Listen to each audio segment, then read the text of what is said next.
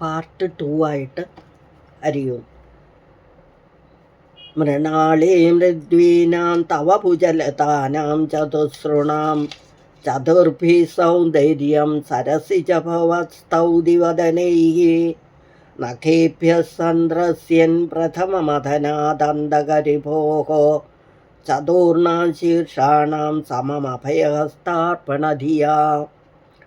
മൃണാളീ മൃദ്വീനാം താമരവളയങ്ങൾ പോലെ അതിമാർദ്ദവത്തോടുകൂടിയ തവ ഭുജലതാനാം ചതുസൃണാം നിന്തിരുവടിയുടെ 4 ബാഹുലതകളുടെ ചതുർഭിഹി 4 സൗന്ദര്യത്തെ സരസിജ ഭവസ്തൗതി സരസിജം താമരയിൽ ഭവിച്ചവൻ സരസിജ ഭവൻ ഹിരണ്യഗർഭൻ അല്ലെങ്കിൽ ബ്രഹ്മാവ് സ്തൗതി വർണ്ണിക്കുന്നു സ്തുതിക്കുന്നു വദനൈഹി മുഖങ്ങളെ കൊണ്ട് നഖേഭ്യ സന്ദ്രസ്യൻ നഖങ്ങളെ ഭയന്ന് സന്ദ്രസ്യൻ ഭയന്ന് പ്രഥമമഥനാത് പൂർവകാലത്തിൽ തൻ്റെ 5ാമത്തെ ശിരസിനെ പിച്ചിയെടുത്തതിനാൽ അന്തകരിപോഹോ പരമശിവൻ്റെ ചതുർണാം ശീർഷാണം മറ്റ് 4 ശിരസുകൾക്ക്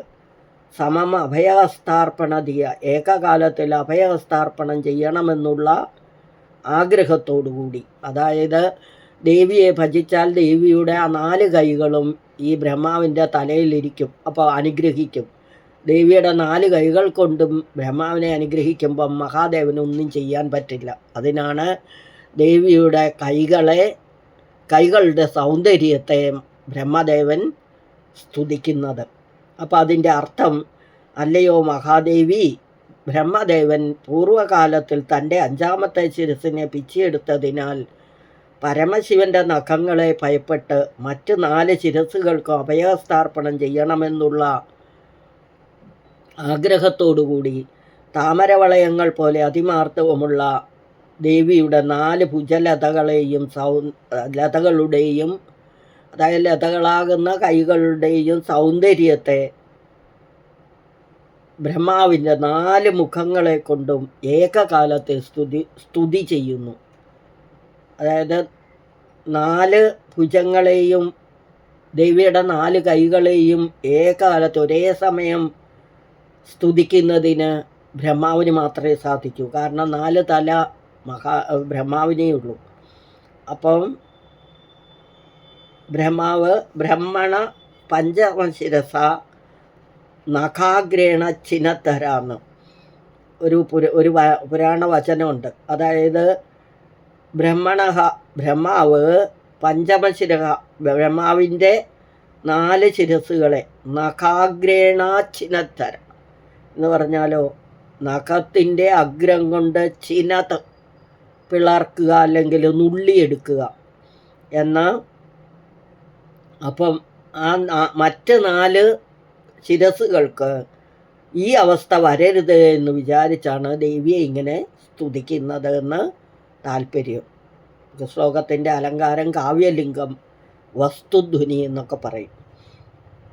ഈ യന്ത്രം തങ്കത്തകിടിയിൽ എഴുതി 45 ദിവസം 1000 പ്രാവശ്യം ജപിച്ച് ധരിച്ചാൽ എല്ലാ പുരുഷന്മാരും തൻ്റെ വശത്താകും.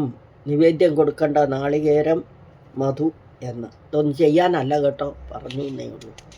അപ്പോൾ ഈ ശ്ലോകം ഒന്നും കൂടി വായിച്ച്, മൃണാളീ മൃദ്വീനാം തവ ഭുജലതാനാം ചതുസൃണാം ചതുർഭി സൗന്ദര്യം സരസിജ ഭവസ്തൗതിവദനൈഃ നഖേഭ്യഃ സന്ദ്രസ്യൻ പ്രഥമമഥനാദന്തകരിഭോः ചതുർണാം ശീർഷാണാം സമമഭയഹസ്താർപ്പണധിയാം. അല്ലയോ ദേവി, ബ്രഹ്മദേവൻ പൂർവകാലത്തിൽ തൻ്റെ 5ാമത്തെ ശിരസിനെ പിച്ചിയെടുത്തതിനാൽ പരമശിവൻ്റെ നഖങ്ങളെ ഭയപ്പെട്ട് മറ്റ് 4 ശിരസുകൾക്കും അഭയത്തിനായിക്കൊണ്ട് അഭയം വേണമെന്ന ആഗ്രഹത്തോടു കൂടിക്കൊണ്ട് താമരവളയങ്ങൾ പോലെ അതിമാർദ്ദവമുള്ള ദേവിയുടെ 4 കൈകളുടെയും സൗന്ദര്യത്തെ ബ്രഹ്മാവിൻ്റെ 4 മുഖങ്ങൾ കൊണ്ടും ഏകകാലത്തിൽ സ്തുതിക്കുന്നു എന്ന് അർത്ഥം.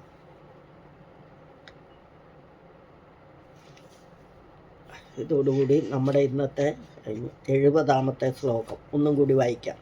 മൃണാളീ മൃദ്വീനാം തവ ഭുജലതാനാം ചതുശ്രൂണാം ചതശ്രൂണാം എന്നാണ്, ചാതസൃണാം എന്നാണ് എല്ലായിടത്തും എഴുതിയിരിക്കുന്നത്. വായിക്കാം. ചതുർഭി സൗന്ദര്യം സരസിജഭവസ്തൗതിവദനൈഃ നഖേഭ്യ സന്ദ്രസ്യൻ പ്രഥമമഥനാദന്തകരിപോः ചതുർണാം ശീർഷാണാം സമമഭയഹസ്താർപ്പണധിയാ. അടുത്ത ക്ലാസ്സിൽ വരുമ്പോഴേക്കും ഹരിയും എല്ലാവർക്കും എല്ലാവിധ ആശംസകളും നേരുന്നു. അമേ സകലം ശ്രീദേവ്യാർപ്പണമസ്തു. അപരാധ സഹസ്രാണി ക്രിയന്തേ ഹർനിശം മയാ ദാസോയമിതി മാമത്വാ ക്ഷമസ്വ പരമേശ്വരി.